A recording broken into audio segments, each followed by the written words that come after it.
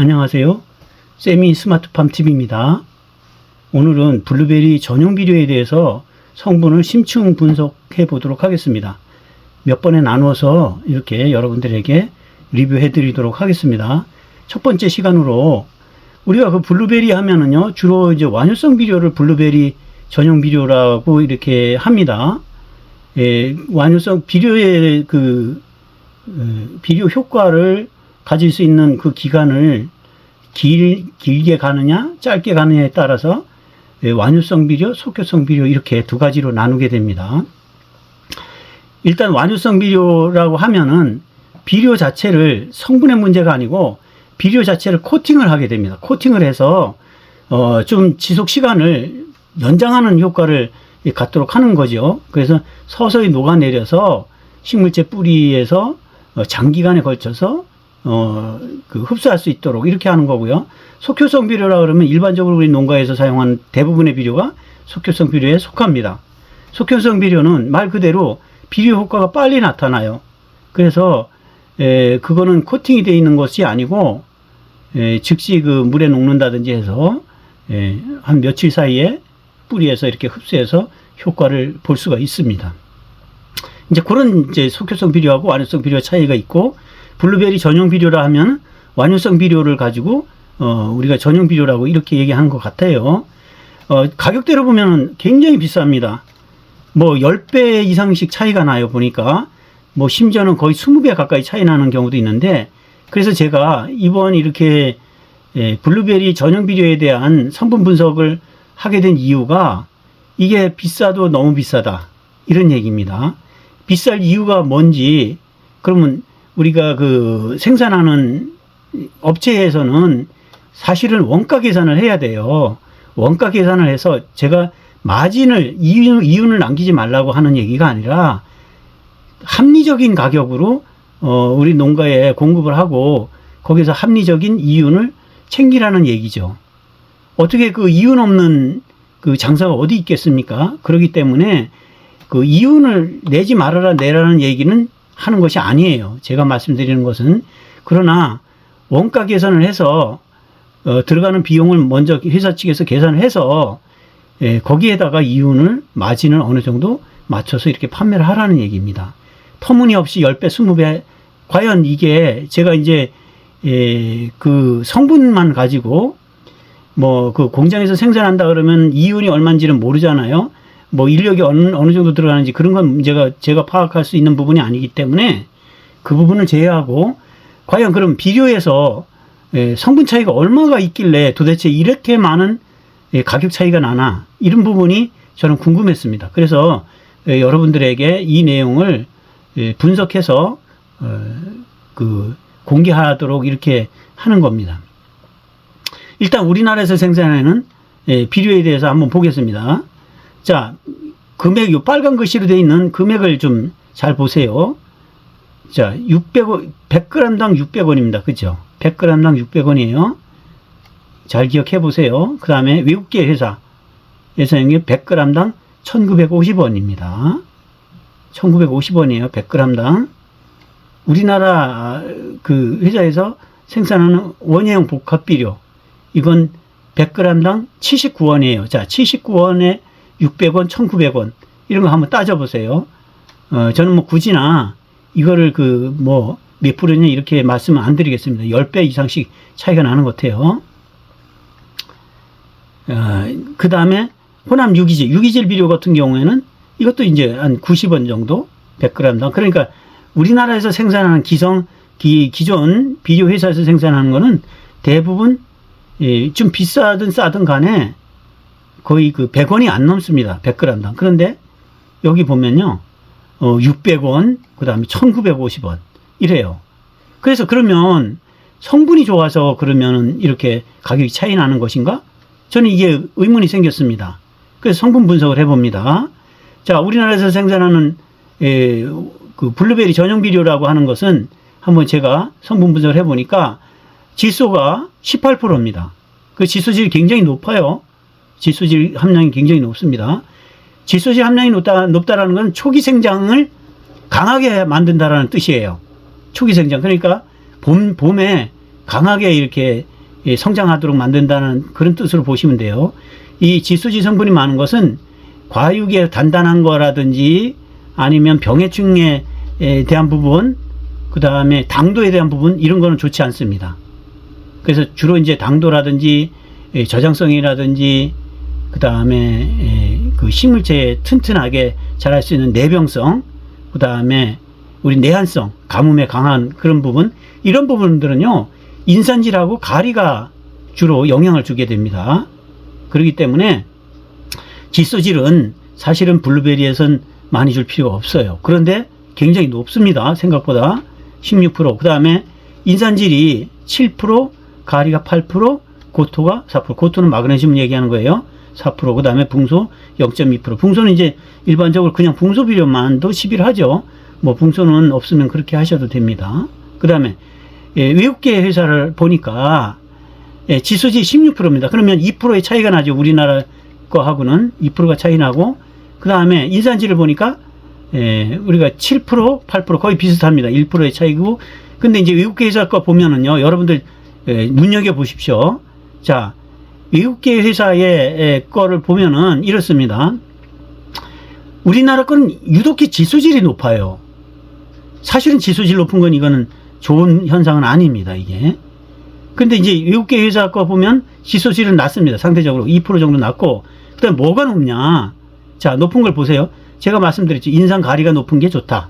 근데 인산질 비료가 8%, 1% 높죠. 그 다음 가리질을 보면요. 이거 이제 당도하고의 영향이 굉장히 높은데, 우리나라 거는 8%지만 여기 12%입니다. 무려 12%예요. 그죠? 그 다음에 뭐 마그네슘 이런 거는 이제 미량 요소들이기 때문에 그게 이제 문제는 없습니다. 그래서 붕소는 없는데, 붕소는 별도로 이제 거기에다가 이제 우리가 별도로 붕소 비료를 사서 주기도 하죠. 그렇습니다. 그렇게 하시면 되는 거고요. 그러면 제가 볼 때는요, 여기서 우리가 그 우리나라 걸 A라고 하고 외국계 회사 걸 B라고 생각을 해볼까요? 그럼 식물이 초기 성장, A라는 것은 초기 성장을 주도하는 것은 좋을 것 같아요. 근데 그 이후 예를 들어서 뭐 과일이라든지 이런 것까지 본다 그러면 전 B 회사가 훨씬 유리하다라고 보여집니다. 그리고 비료에는 화학 비료이기 때문에 분명히 여기에는 유해 성분이 같이 포함이 되어 있어요. 근데 우리나라 비료에는 표시를 안 합니다. 근데 외국의 회사에는 TO라는 유해 화학 물질이 이제 플러스라는 얘기는 포함이 되어 있다라는 얘기를 하는 거죠. 이제 얼마인지는 모르지만 유해 물질이 포함되어 있다, 이렇게 표기를 해주는 겁니다. 그러면 자, 우리나라의 일반적으로 화학 비료를 한번 제가 말씀을 드려볼까요? 자, 원예용 복합 비료입니다. 질소질, 자, 18%, 16%, 12%, 질소질은 약간 적죠. 그 다음에 인산질을 볼까요? 인산질은 5%, 7%, 8% 이렇습니다. 인산질도 좀 적어요. 가리 6%, 8%, 12%, 가리도 좀 적습니다. 고토는 7%로 좀 많아요. 다른 것보다. 그 다음에 붕소는 이제 뭐 별 그런 건 없고. 자, 플러스 가스가 발생할 수도 있다, 이런 얘기예요. 자, 이렇게 됩니다. 이렇게 되는데 제가 이 내용을 가지고, 자, 두 가지는 우리가 전용 비료를 하는 두 가지는 뭐라 그랬어요? 완효성 비료입니다. 효과가 뭐 3개월씩 이렇게 지속되는 완효성 비료예요. 자, 그러면 원예용 복합 비료는 속효성 비료입니다. 자, 여기서 여러분들 잘 기억해 두세요. 이것은 여러분들이 비료를 어떻게 시비하느냐에 따라서 차이가 있습니다. 자, 12%라는 것은요, 질소질량이 적다라는 얘기죠. 원래 질소질 비료량이 많은 것은 좋지 않습니다. 오히려 작물에 해를 끼칠 수도 있어요. 이런 건 이제 빠른 성장 속도를 유지하기 위해서 이제 질소질 비료를 많이 주는데, 이래 되면 병해충에 굉장히 취약한 부분이 생깁니다. 그래서 저는 질소질 함량을 가급적인 적은 걸 줘야 된다, 이런 얘기예요. 그렇다 그러면 이 다른 그 전용 비료보다는 훨씬 원예용 복합 비료가 유리합니다. 유리해요. 대신에 이제 인산질, 가리 이런 부분은 원예용 복합 비료가 조금 불리한 부분이 있어요. 그죠? 5%, 6%에서 조금 적은 비료 부분이 있습니다. 근데 원예용 복합 비료를 여러분들이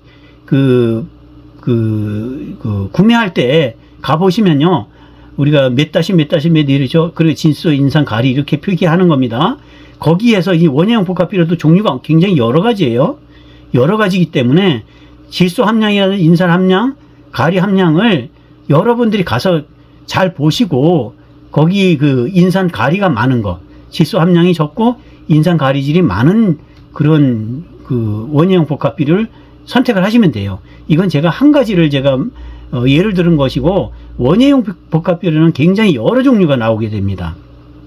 그렇기 때문에 그거는 여러분들이 가셔서 그 질소 함량은 적고 인산, 가리질 함량은 조금 많은 걸로 이렇게 그 선택을 하시면 돼요. 그래 하시면 됩니다. 그건 이제 그렇게 보완을 하시면 되고, 또 한 가지는, 자, 대부분이 뭡니까? 그 3개월 기준으로 이렇게, 왜냐면, 제가 볼 때는요, 비료 성분에는 문제가 없는데, 단지 전형 비료를 코팅을 했다라는 이유로 이렇게 비싸진 것 같아요. 실질적으로 이 회사들이 그 질소질, 인산질, 가리질을 생산하는 회사가 아닙니다. 갖다가 재포장을 하는 거예요.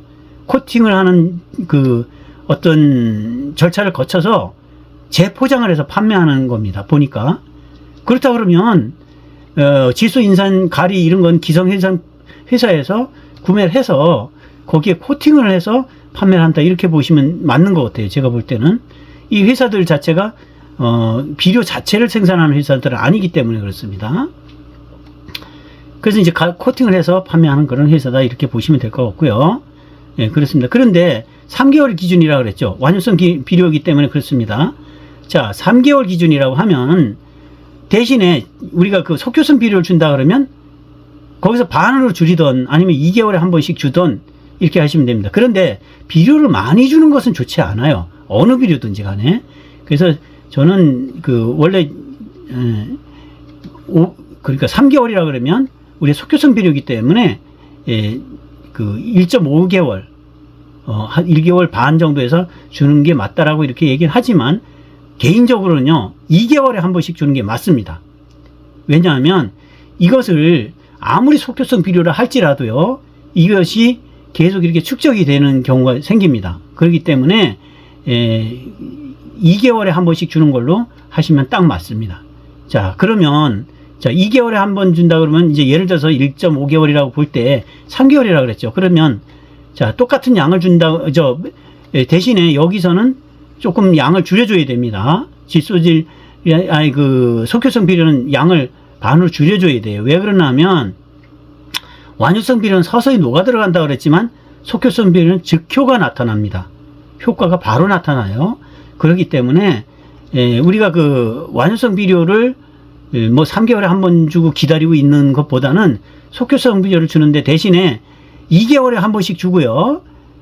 이제 이 속효성 비료에, 완효성 비료에 대해서 보다는 반으로 줄여주세요. 주는 양을 반으로 줄여주세요. 그러면 계속 그 지속되는 시간도 딱 일정할 것이고요. 이 완효성 비료들보다 훨씬 그 식물이 흡수하는 그런 것들이 굉장히 좋아질 겁니다.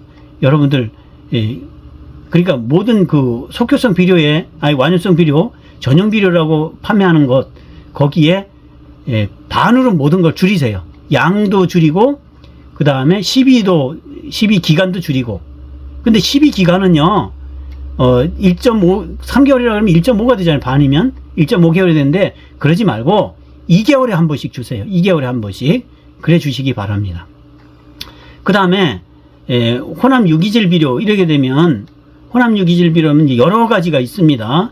제가 보니까 그 어분 유박 뭐 이런 것도 있고 뭐 여러 종류가 있습니다. 굉장히 여러 종류가 있는데 저는 혼합 유기질을 기본으로 해서 설명을 드리도록 하겠습니다. 이것은 보니까 질소 함량은 4%, 인산 이런 건 이제 적죠. 그 다음에 칼슘 성분도 일부 있고, 그 다음에 유기 함량이 70% 되어 있습니다. 자, 여기서 여러분들 잘 보세요. 근데 이거 이제 제가 볼 때는 1년에 2번 내지는 3번 정도, 많아도 3번 정도 주면 될 것 같아요. 그 기간을 나눠서 주는데, 자, 어디에 유튜브를 보니까 이런 얘기를 해요. 이게 효과가 늦게 나타나죠. 유기질비료는 늦게 나타납니다. 그렇기 때문에 필요 없는 시기에 효과가 나타난다. 이런 얘기를 하는 것 같아요. 보니까. 하지만 그거는 기후입니다. 기후. 여러분들 이 유기질비료를 한 번 주는 게 아니라 적은 양으로 해서 나눠주시면 돼요. 나눠주시면. 그래서 우리가 이쪽에 보시면 제가 연생해서 이렇게 해놨습니다. 연생비를 해놨는데 요것을 한 3번 정도, 많아도 3번 정도로 나눠서 한 번 줄 때 양으로 이렇게 해서 주시면 됩니다. 그래 주시면 이게 그 유기 성분이 계속 지속적으로 먼저 준 거는 분해가 되면서 스며들고 나중에 준 건 이제 분해가 되기 시작하고 이런 형식으로 가는 거예요. 그걸 한 번 주고 만다 그러면 어느 한 번에 칫솔이라든지 이런 게 나타나겠죠. 이런 성분의 분석을 꼭 해야 된다는 얘기입니다. 무조건 유기질비료를 하지 말아라. 이거는 말도 안 되는 얘기예요. 아예 말이 안 되는 얘기입니다. 꼭 유기질비료를 하셔야 돼요. 유기질비료 없이 화학비료만 하면은 대신에 그 농작물 자체가, 그러니까 뭐 과수면 과수, 블루베리 면목이 수명이 짧아집니다. 그리고 추후에 가서는요, 비료를 아무리 줘도요, 비료빨을 받지 않아요. 그래서 제가 보비력이라는 얘기를 했습니다.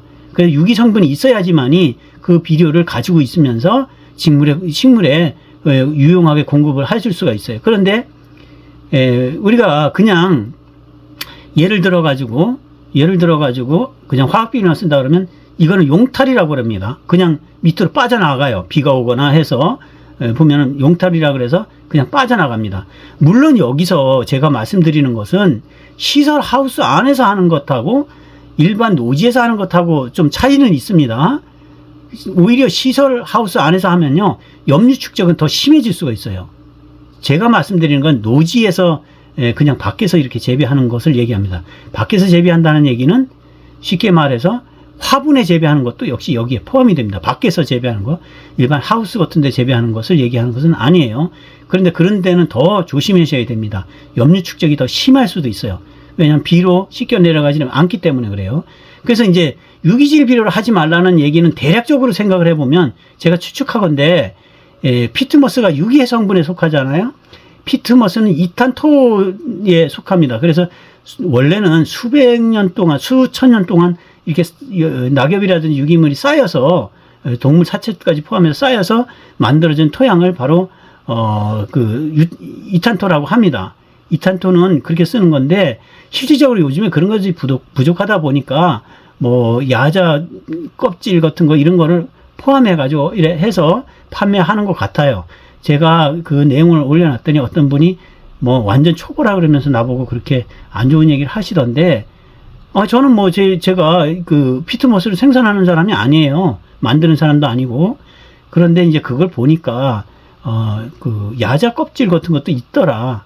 거기 심지어는 보니까요, 무슨 닭뼈 같은 것도 있어요. 그러니까 만드는 과정에서 아마 들어간 것 같아요. 그럼 뭐 그게 잘못됐든 잘 됐든 저는 모르겠습니다.